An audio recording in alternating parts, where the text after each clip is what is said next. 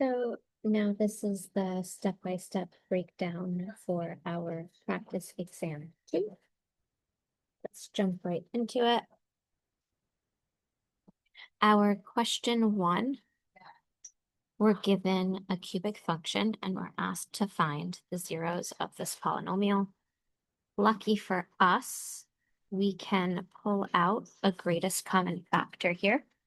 And when we do, what are we left with? We have p of x is equal to x in parentheses x squared minus 2x minus 3. And then we can factor that quadratic into just x minus 3, x plus 1. We just put ourselves in a very good position to now just identify our x-intercepts, also known as our zeros. From least to greatest, we have -1, we have 0 by this x over here, don't forget about that. And then we have +3. We're done. So -1, 0, 3.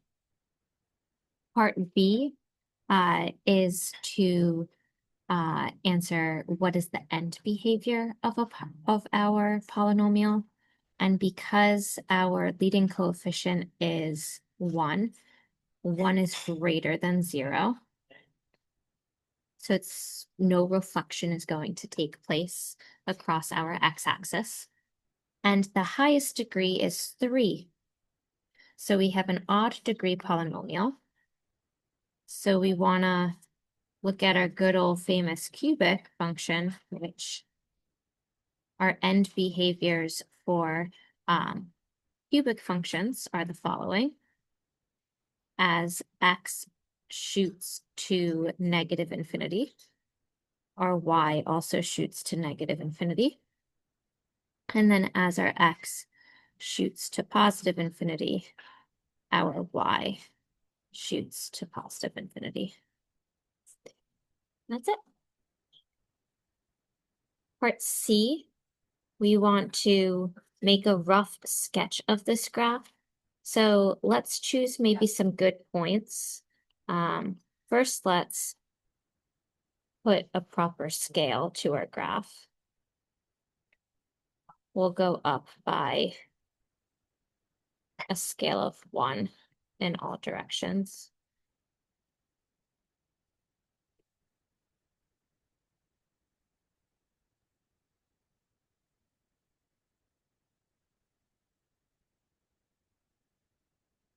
And then now let's put in our x-intercepts, -1, 0, and 3.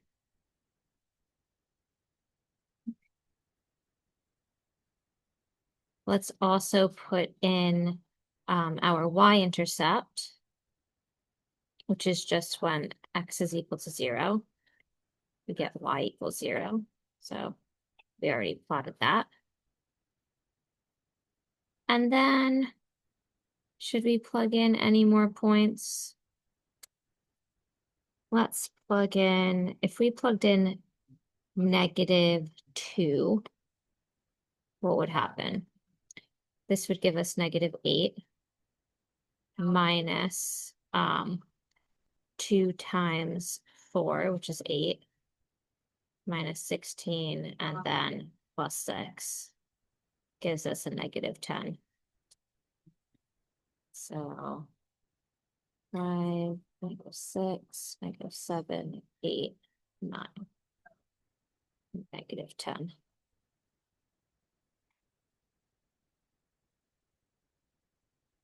What if we plugged in +4? It's going to be a super high value. Yeah, let's not do that. Let's just do our sketch. We don't have to graph it.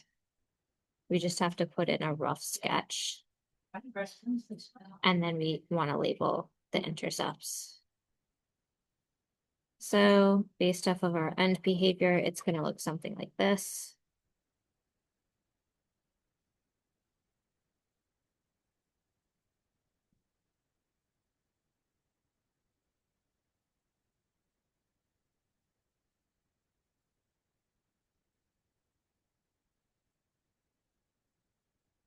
And our x-intercepts.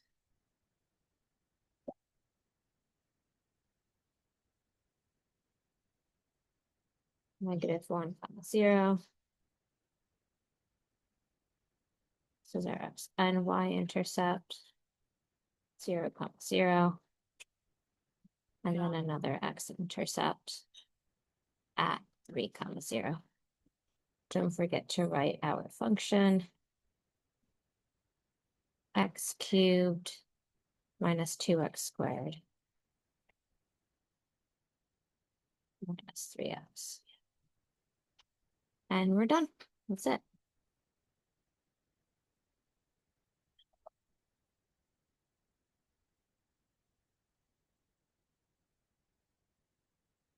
Let's continue. So we have now the polynomial. Okay. 4x cubed minus 3x squared minus 8x plus 4. And we want to use the remainder theorem to find the remainder when p of x is divided by x minus 2. So our c value is just 2, and we want to evaluate our p of x function at 2. Wherever you see an x, plug in 2.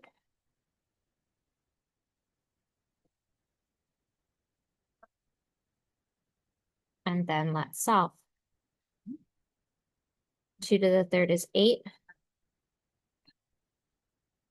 2 to the second is 4. 8 times 2 is 16. So we get 32 minus 12 minus 16 plus 4. Same as 20 minus, combine these two and we get 12. So our final answer is 8. That is our remainder.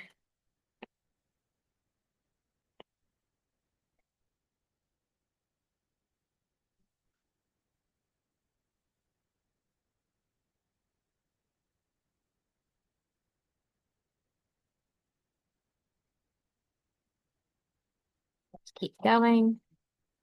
Part B, we have used the factor theorem to determine whether x minus 2 is a factor. So we evaluate it at if our c value is 2. If we get p of 2 is equal to 0, then it is indeed a factor. But we just solved, right? We just found that the remainder is 8. So x minus 2 is not a factor because p of 2 equals 8 and not 0. So answer choices. It's not A. It's B.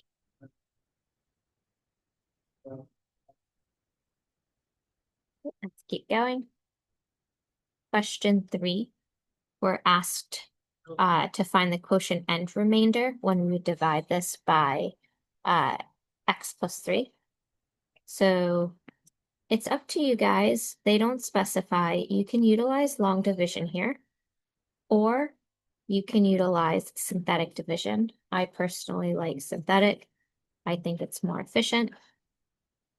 We just want to make sure we're writing out the problem properly. And do we need any placeholders here? We do not. So let's write in our coefficients. 1, 2, -1, 1, and then proceed with synthetic.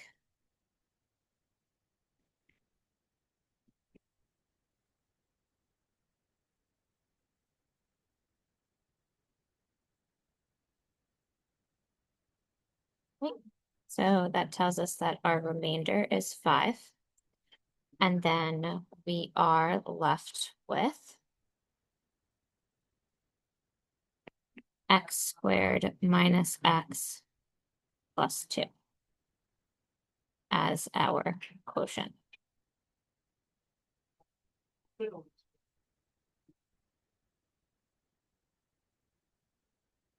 So our quotient, we want to put it into this form.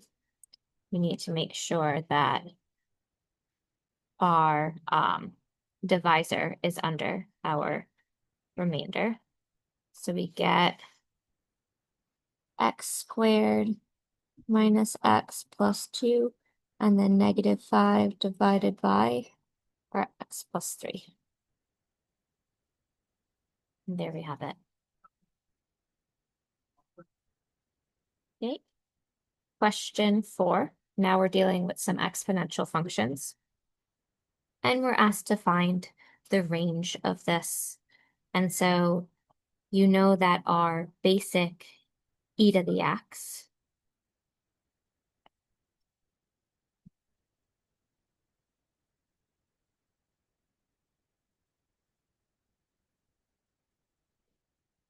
stems like this. Right? We have all real numbers for our domain, but our range is all values from 0 up to infinity. We have an asymptote at y is equal to 0. But now when we apply this vertical shift up 2 units,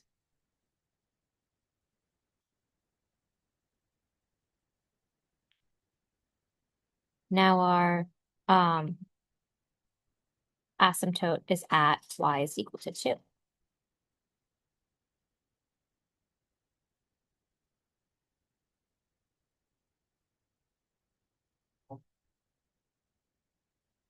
And so our range for e to the x plus 2 is all values from 2 to infinity, not including 2, since there's a horizontal asymptote there. And part B is actually asking us to physically graph this out, even though I sketched it up above. So let's just put in our proper scale.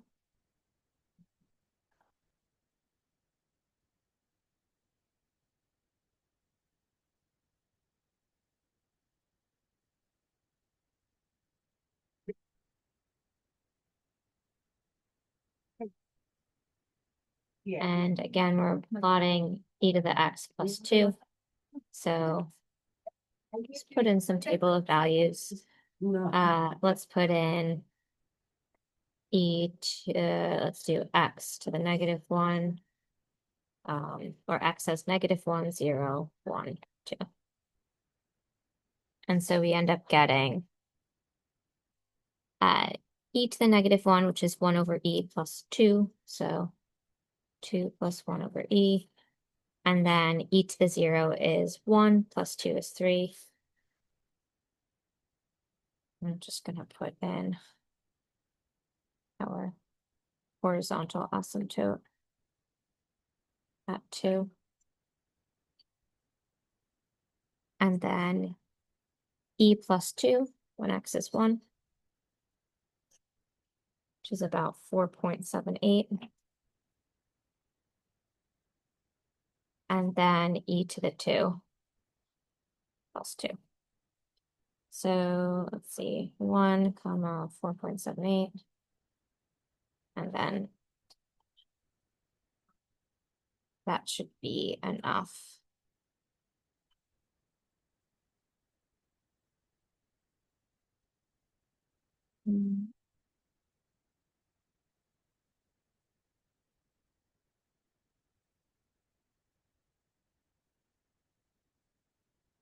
Let me maybe plot one more. I'm just going to use my calculator to plug in 1 over e plus 2. All right, so there we have it.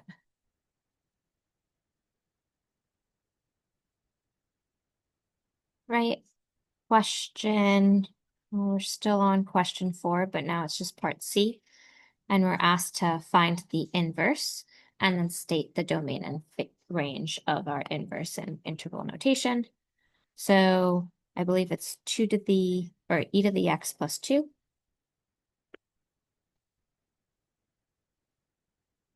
Inverse, what do? Switch out our x's and y's, and then re-isolate our new y. You'll notice now we're entering into that logarithmic world, or natural logs. So we get y is equal to the natural log of x minus 2.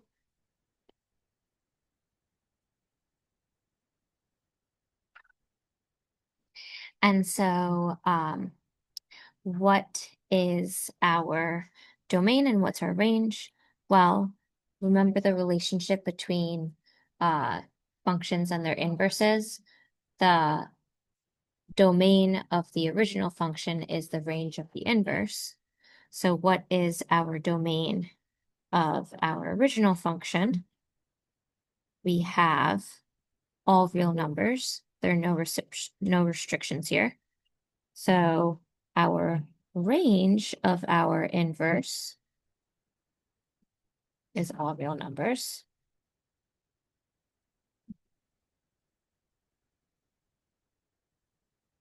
Negative infinity to positive infinity for interval notation.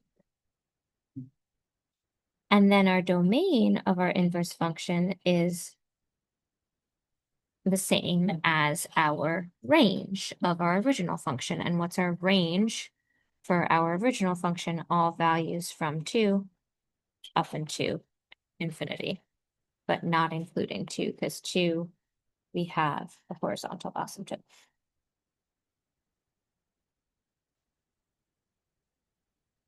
And that's it. Another way you could have identified domain is everything within that logarithmic function needs to be greater than 0. Is greater than 0, which means x is greater than 2, aka 2 to infinity.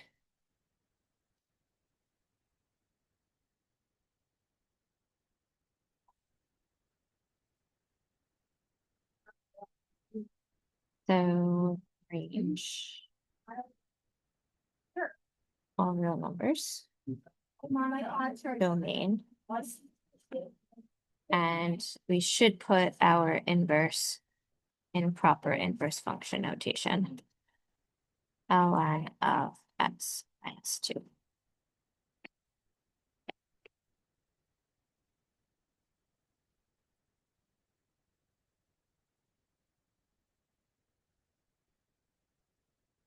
And then part D is we want to graph our inverse function. So lucky for us, we can just take this table that we made earlier and just flip our x's and y values. And actually, I want to see if I could just take the whole thing so we don't have to spend time creating scale again. Okay. Let's see.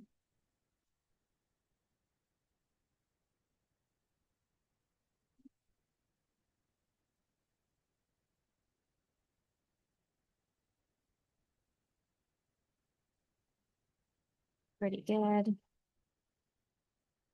Move this over.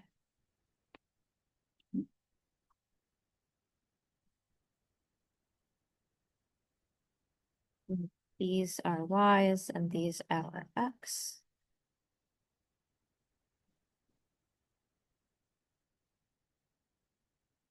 And then let's get rid of this.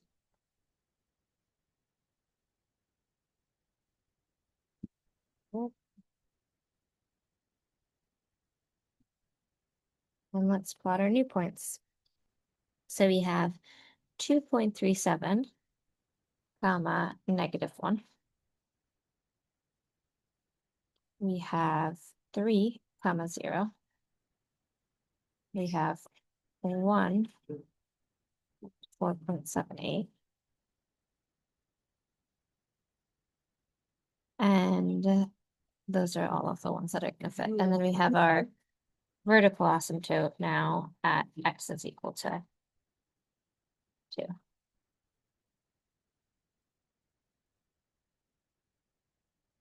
Okay, so our function is now going to look like this.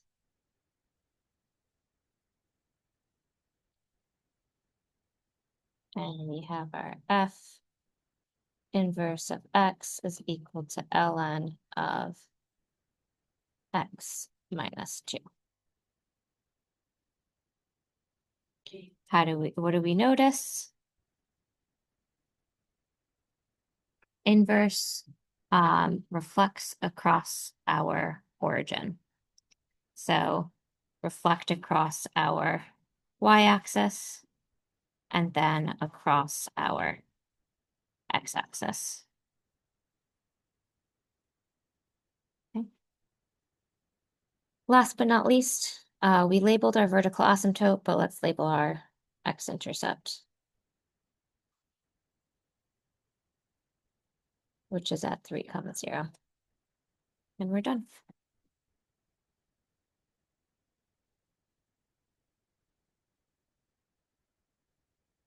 Question 5, we're given a function and we're asked to find the intercepts. So definition of our y-intercept is when x equals 0. Plug in 0 wherever you see an x. And you get -2 over -3, which gives us 2/3. That tells us our y-intercept is at 0, 2/3.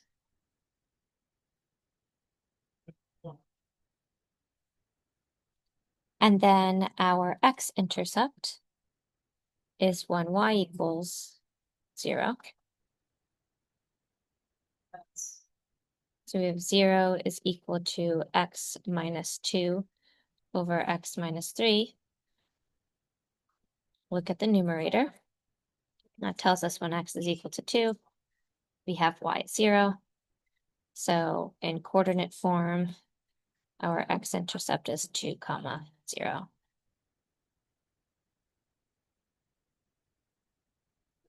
So 2, 0 for our x-intercept, and then 0, 2/3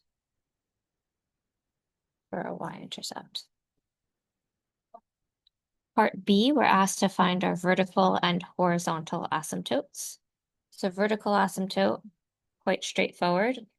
We just look at what makes the denominator 0.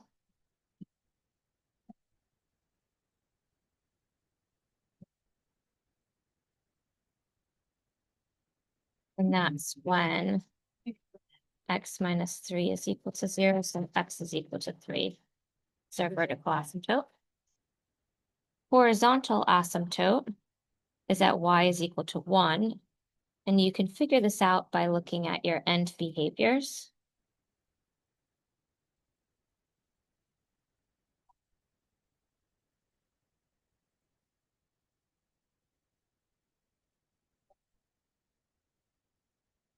Or if the highest degree in your numerator and denominator are of the same value, then you just look at the coefficients of that highest degree, 1 divided by 1. And that gives you your horizontal asymptote at y equals 1. If you were to look at it from the end behavior standpoint, we have our function x minus 2, x minus 3.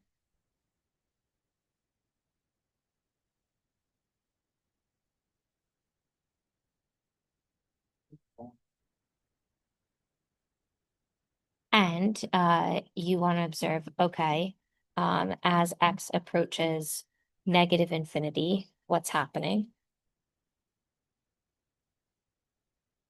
So let's see. -infinity, you get a really large negative number in the numerator, and then a large negative number in the denominator, which means it shoots up to positive infinity. So x approaches -infinity, y approaches positive infinity. And then as x approaches positive infinity,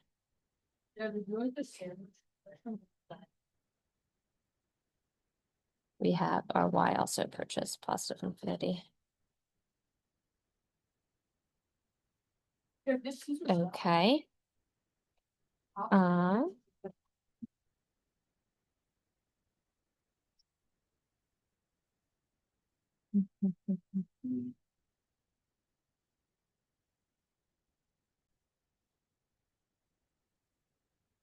We have to actually plug in values to see where that number is approaching. So let's just choose a really large x value. 100 should be fine. So r of 100 gives us 100 minus 2 over 100 minus 3, which gives us 98 over 97. And then let's choose a very large negative x value, negative 100. So negative 100 minus 2, negative 100 minus 3, that gives us negative 102 over negative 103. And so these end up approximating. The 98 divided by 97 is about 1.01.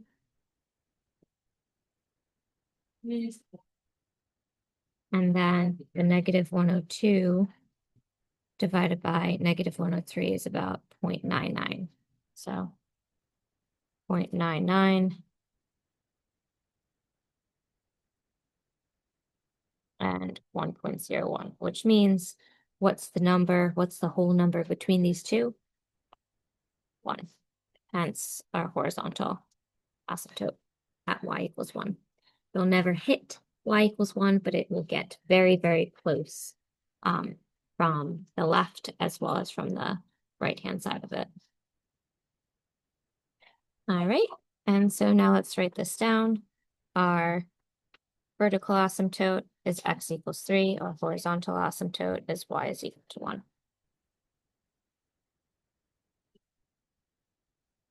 Part C, we want to sketch out our r of x. So again, our horizontal asymptote is at y equals 1. Let me create the scale and everything offline so it saves some time. So I plotted out my scale. I put in our vertical asymptote and our horizontal asymptote. Now let's plot in our intercepts. So we have an x-intercept at 2, 0. This down. And then we have our y-intercept at 0, 2/3. So this part, we can sketch it out to be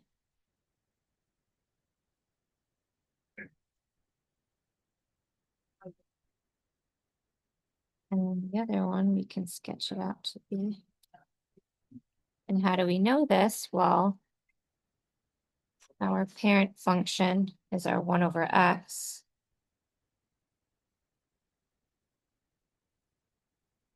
Which looks just like this. Having those vertical and horizontal asymptotes at x equals 0 and y equals 0, respectively. And we're asked to just sketch it out, so this more than suffices. We're asked to label all of the intercepts and asymptotes. So let's just label these. This is our y-intercept. This is our x-intercept, and we have the coordinates already written out to the side over here. Last but not least, let's label our function. Our r of x is equal to x minus 2 over x minus 3. And we're done. And then part D of this is asking us to find the domain and range. So our domain are all possible values of x besides 3.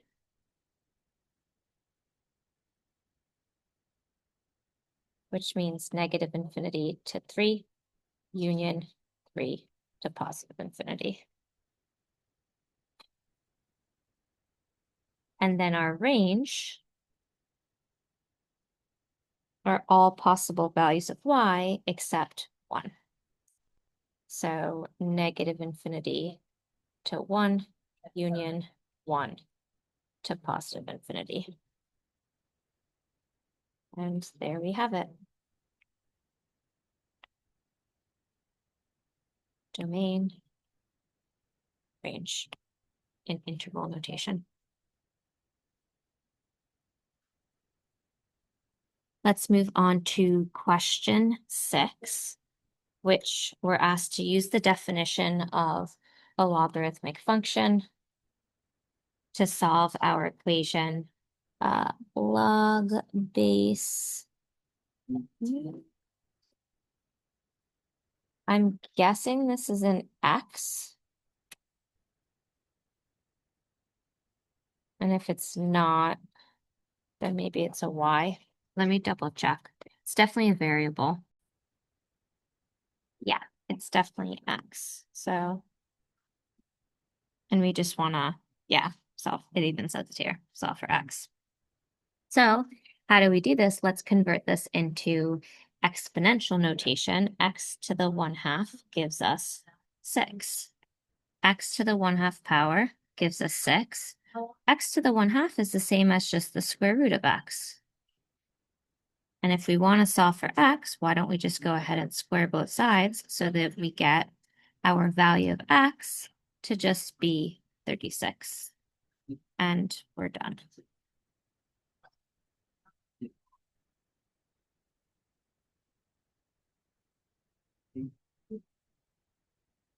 Now let's move on to our question 7, where we're asked to write the expression as a sum or difference of logarithms with no exponents. So once again, we're using our properties of logs. And so products are paired with addition, and quotients are paired with subtraction. So if we expand this, and then the power rule turns into coefficients, we end up getting ln of, let's do the quotient rule first, x to the 14th, y to the 15th, minus ln z to the 4th. Now let's use our product rule, ln x to the 14th plus ln of y to the 15th, minus, we can use power rule for this one, for ln of z. And then let's apply power rule for these guys. 14 ln of x plus 15 ln of y minus 4 ln of z. And there we have it. That's our answer.